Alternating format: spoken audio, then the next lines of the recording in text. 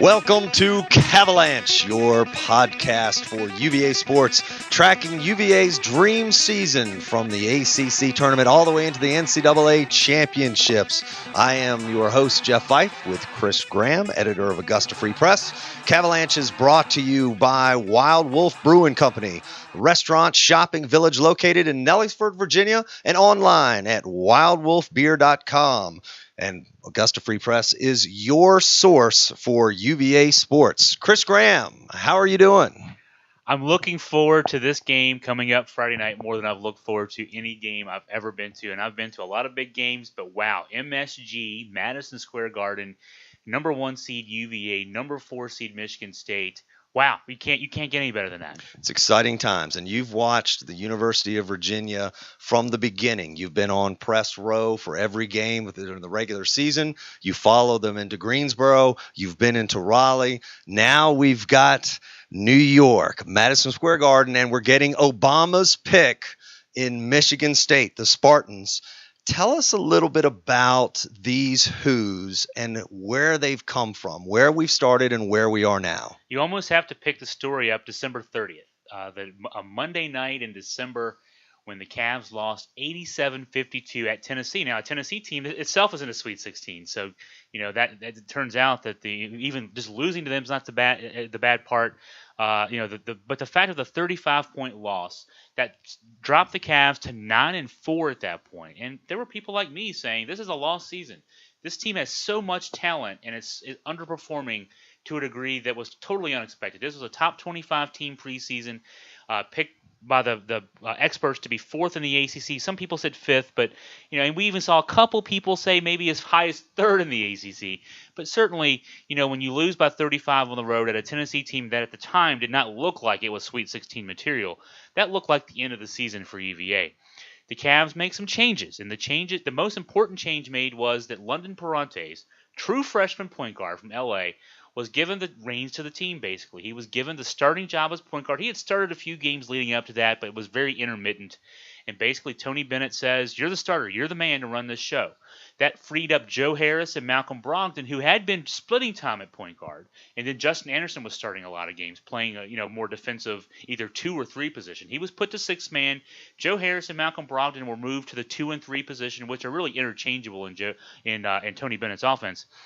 And basically, they were allowed to do what they do best.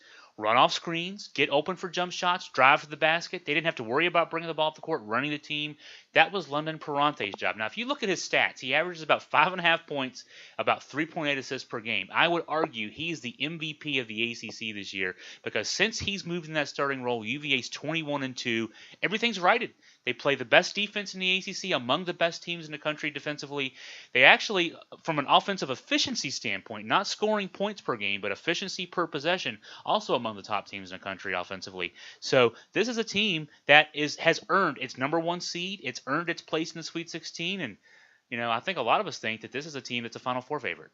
You've seen the growth of this team on the court, but interestingly enough, your unique perspective is you've got to see them off the court. You're seeing them in the locker room. You've seen a very driven set of kids and coach that have had sort of this goal in front of them for the entire season, even through some of the adversity they faced in the beginning of the year. Talk to us a little bit about what you experience in the locker room after these games and the type of messages you're getting from the team and the coaching staff. I think the best way to describe it is to talk about the Coastal Carolina game. And people listening to this podcast were as nervous as those of us in the arena that night on press row with orange and blue allegiance. Coastal Carolina led by 10 at one point in the first half. It was 5 points at halftime.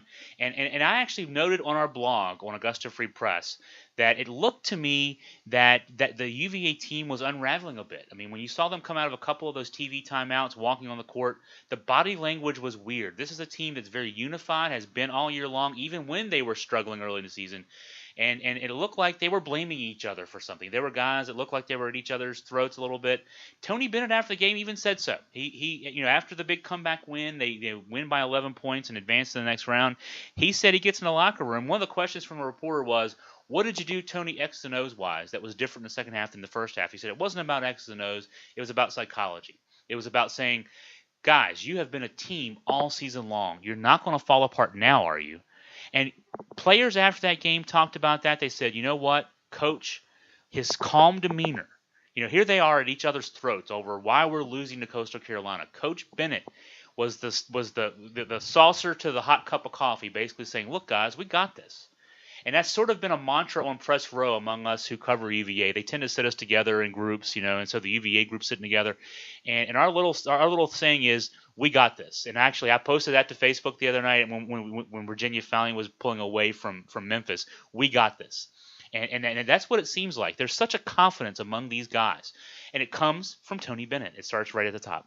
And Tony Bennett, now bringing the confidence to Wahoo Nation, walks into another team brimming with confidence and a Hall of Fame future coach in Tom Izzo. When we come back to Cavalanche, your podcast from Augusta Free Press, and the NCAA tournament coverage brought to you by Wild Wolf Brewing Company, we're going to talk about the Michigan State Spartans.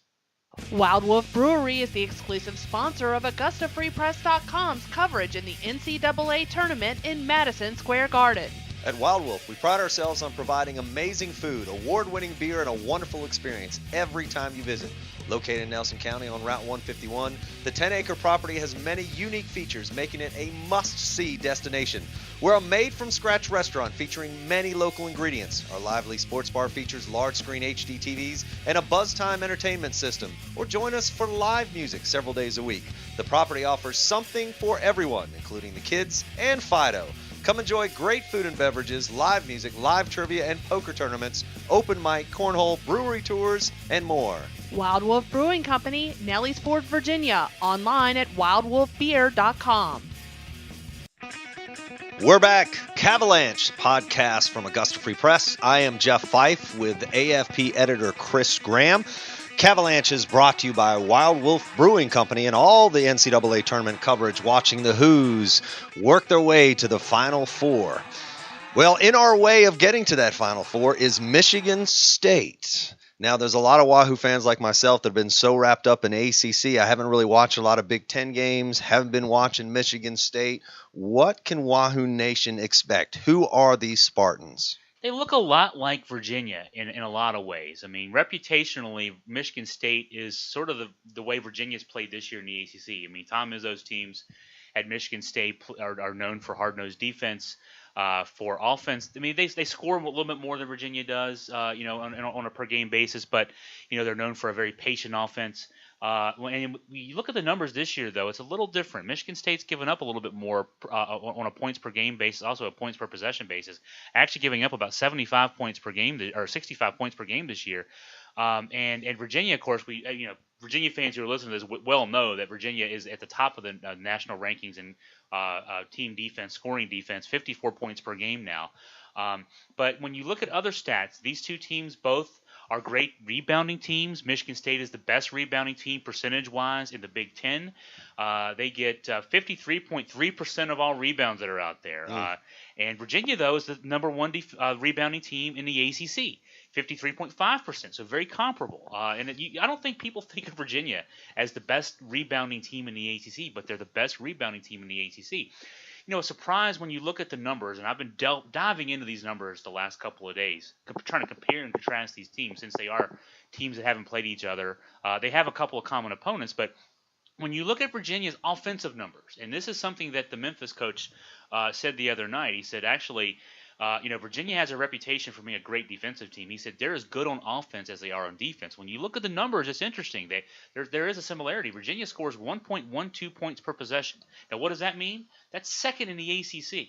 That's ahead of Syracuse, only behind Duke in terms of offensive efficiency. That says a lot about Virginia. You don't think of Virginia as a team that is known for its offense. They're second in the ACC points per possession. Now, Michigan State's very similar. Their averages are right around that same area, 1.13 points per possession. Actually, they're third in the Big Ten. But what's the difference? Virginia gives up 0.91 points per possession defensively.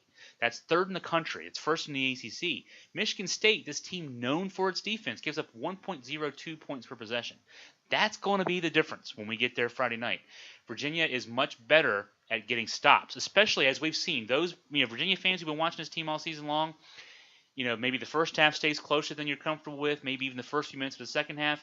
Virginia tends to wear teams down around the 12 or 11 minute mark of the second half. that's where this game's going to change. Virginia's going to get some stops key late in the game, and I think that's going to be the difference.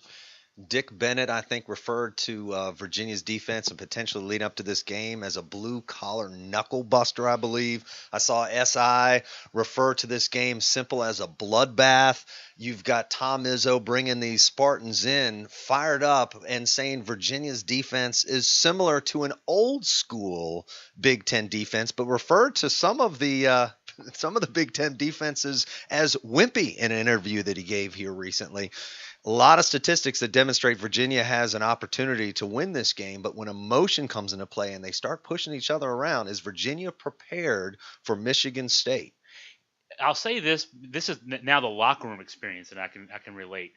I think when you watch a team on TV, you tend to think the point guard is the smallest guy, and then Joe Harris, the white two guard, is a white two guard. He shoots 3-pointers a lot. And you look at him on TV and say they're slight guys. I'm 6'2". Leonard Parantes is 2 inches taller than me. He is legit 6'4". He's got good size for his 6'4". Joe Harris at 6'6" is not a white 6'6" guy who got skinny arms, can't do anything but shoot threes. Joe's got big muscles. Joe can play football. Malcolm Brogdon could be a bodybuilder. He reminds me of Bryant Stith. I had classes when I was a student at UVA with Bryant Stith, and my first thought when I saw Bryant Stith was that he was a defensive end on the football team. Malcolm Brogdon could tackle some guys. He could play linebacker, certainly, with his size. I think Virginia's underestimated physically. I think people think of, well, look at them. They're a plodding team. They score 60. They give up 50. So, they don't do much. This is a very athletic team, and we saw that against Memphis. Memphis came in. Their players talked on Saturday before the game on Sunday, on media day on Saturday, talked about how much more athletic they thought they were. They thought they would get Virginia to run up and down the court with them, and Virginia couldn't keep up. Well, Virginia scored 78 points that game, so Virginia kept up pretty well with Memphis. And 2, Memphis could only score 60. Virginia wore them down. And so, having even talked about Akil Mitchell, think about what Akil Mitchell's done this year. 2 games against Duke. Jabari Parker, potential number 1 draft pick in a couple of months here in the NBA draft. First game in the loss at Duke, Jabari Parker 8 points on 3 of 11 shooting. Now, in the ACC Tournament Championship game, 23 points, but he was 9 for 24 from the floor, and he missed his last 5 shots. When Akil clamped down on him in the last 5 minutes, that was the difference in that game, was Akil Mitchell, who's on nobody's radar to play in the NBA. He shut down Jabari Parker twice. So you look at Adrian Payne, who's got all kinds of crazy numbers. He's a 6'10" guy who can shoot the 3, who can get to the basket. He rebounds 7 or 8 rebounds a game, scores 16 or 17 points a game.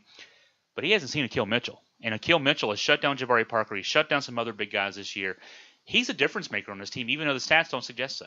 It'd be fun to watch those physical matchups on the court. And another reputation that Michigan State brings is off the court, a traveling, loud, chaotic fan base. What can we expect in MSG? Is Michigan State going to show up? Is UConn scooping up all those tickets? Is Wahoo Nation and Cavalanche going to come in force? What are we going to see in the Sweet 16 games with these fans going back and forth with each other? Well, Michigan State is a national team. They're like a Duke. They're like a Kentucky. They have national fans. I mean, they have their regional fans, obviously. They have their Michigan-based fans. But Michigan State has had so much success over the years that they are a team that does have fans really everywhere. And certainly in New York, they're going to have their share of fans there. Virginia's also got an alumni base. I can speak from experience. My group of friends that I went to school with in the early to mid-'90s, there were New York guys in that group. I'm sure that Virginia's got a good alum base that will be there. We've also got a good travel base. Those who watched on TV and saw the ACC tournament final in Greensboro, the arena was about 2/3 orange and blue. Sunday night against Memphis, about half orange and blue. And there will be a lot of Connecticut fans there. Connecticut's a 2-hour – the Storrs campus is about a 2-hour drive from Madison Square Garden. So if you judge by StubHub and what the tickets are going for right now, and the tickets are going for the range of $300, $400, $500, $600, that tells you there's high demand for these tickets. I know I got an email earlier in the week from UVA basically saying that the tickets not allotted to the teams directly were already sold out. So the tickets are going to be in high demand. That said, I think it's going to be a crazy environment. I don't think UVA is going to be underrepresented there, though. I think there's going to be plenty of orange and blue in MSG. Interesting to watch the video that you've been taking, the interviews you've been doing of the athletes after the game, and they're referencing Cavalanche. They're referencing JPJ coming with them on the road. Is it truly make a difference when these fans come up and yell and scream? Do they energize this team? Oh yeah, you could feel it, especially Sunday night, even Friday night. When Virginia was down early in that game against Coastal Carolina, they made a little run to cut it at halftime to 5, and then took the lead in the second half. It got loud in there. I mean, I called Raleigh JPJ South this weekend. It was really, especially Sunday. You get into Sunday, that game against Memphis. I mean, that crowd was hyped. 30 minutes before the game, it was an orange and blue JPJ like crowd. I think the players do feed off of it. And again, you noticed, I mean, with the interviews we do after the games, I talk to as many players as I can get in that 30 minutes that you get after a game, and every one of them references the crowd. The UVA Nation has turned out in a way that I don't know that UVA Nation's ever turned out. I mean, we have a great baseball fan base, and because the baseball team has been so successful the last few years. But this rivals anything that has ever really come up in UVA sports history. Not just that JPJ itself was just a crazy environment all year long. The Syracuse game was just absolutely a zoo the whole day. But the Greensboro and then Raleigh, wow, it's just been amazing. And I know the players feed off of it. And I hope that there's some semblance of that Friday night against Michigan State.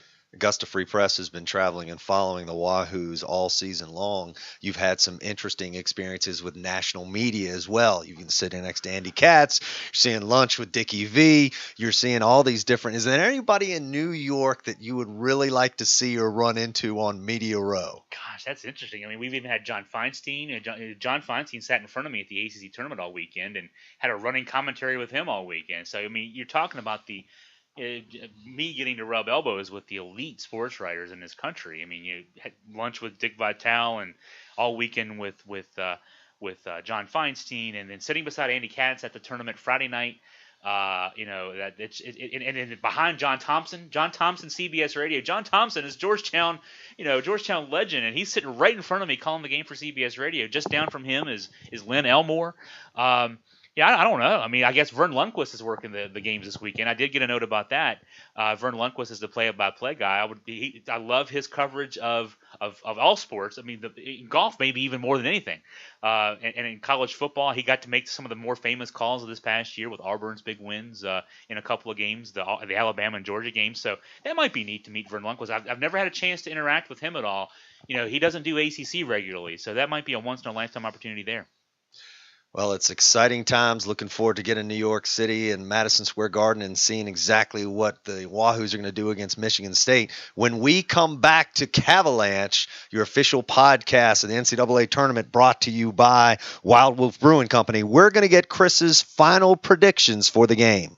Wild Wolf Brewery is the exclusive sponsor of AugustaFreePress.com's coverage in the NCAA tournament in Madison Square Garden.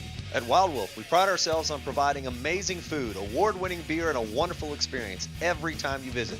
Located in Nelson County on Route 151, the 10-acre property has many unique features, making it a must-see destination.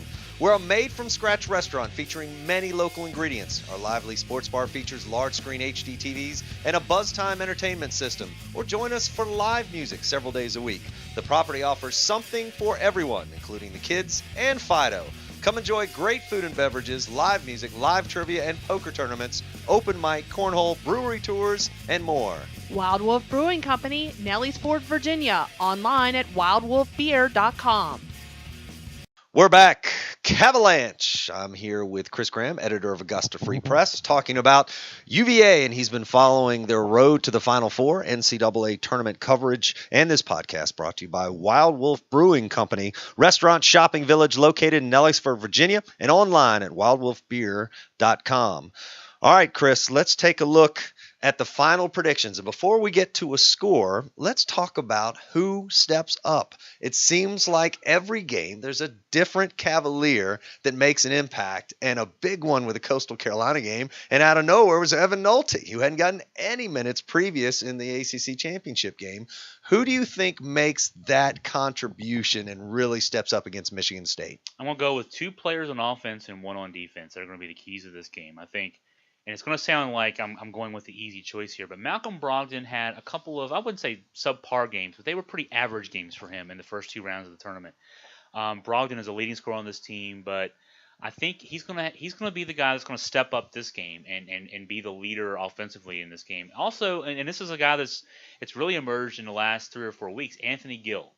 Now, Gill, when you look at his season numbers, 8.8 points, 4.1 rebound, just say he's going to be the key. But you look at dating back to the ACC tournament, double-figure games, all 3 games of the ACC tournament. He was a key player in the Duke win and in the ACC tournament final.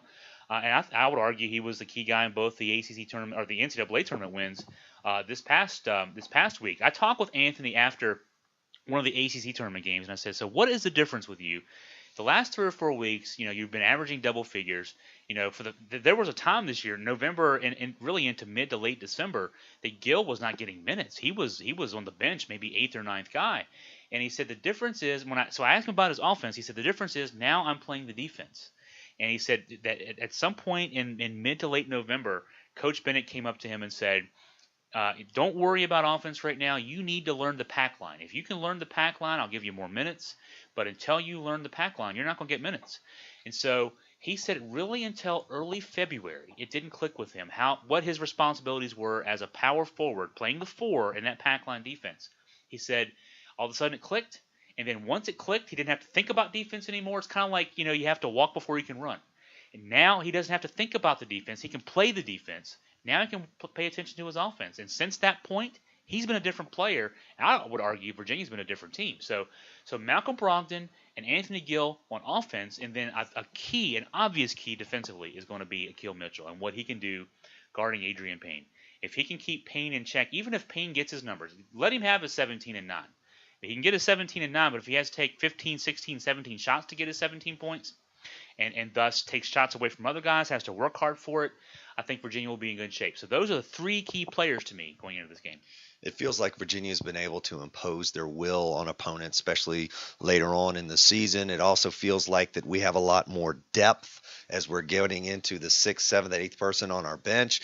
We don't seem to have that advantage against Michigan State that also comes as a deep team, that also comes to trying to control the tempo. What is going to be the difference? Is it going to come down to Bennett versus Izzo? It's going to come down to who can really push their will on the other team? What's going to be the deciding factor in this game? I think as far as pace and tempo, it's going to be the guards. So I've mentioned Brogdon as an offensive key to this game. But Parantes and Harris are going to be really key in terms of setting pace because Memphis assumed they would set pace too. And it might sound weird to say, but Michigan State wants to play their pace. And their pace, they average 72.5 points per game on offense. Virginia averages 66. So there is a difference there. And Michigan State's most success, they beat Wisconsin 83-75 in the Big Ten tournament. Virginia played Wisconsin earlier in the season. It was a different Virginia team back then, but Virginia scored 38 in that game. So Virginia would prefer a game that's in the 40s, 50s, low 60s. Michigan State would prefer a game that's in the mid 70s to 80s.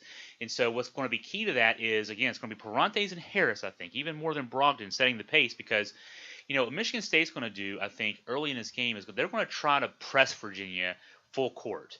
And try to get Virginia out of its offense. Now, because Memphis did the same. Memphis tried to press Virginia out of their more patient offense. What Virginia did was they took it.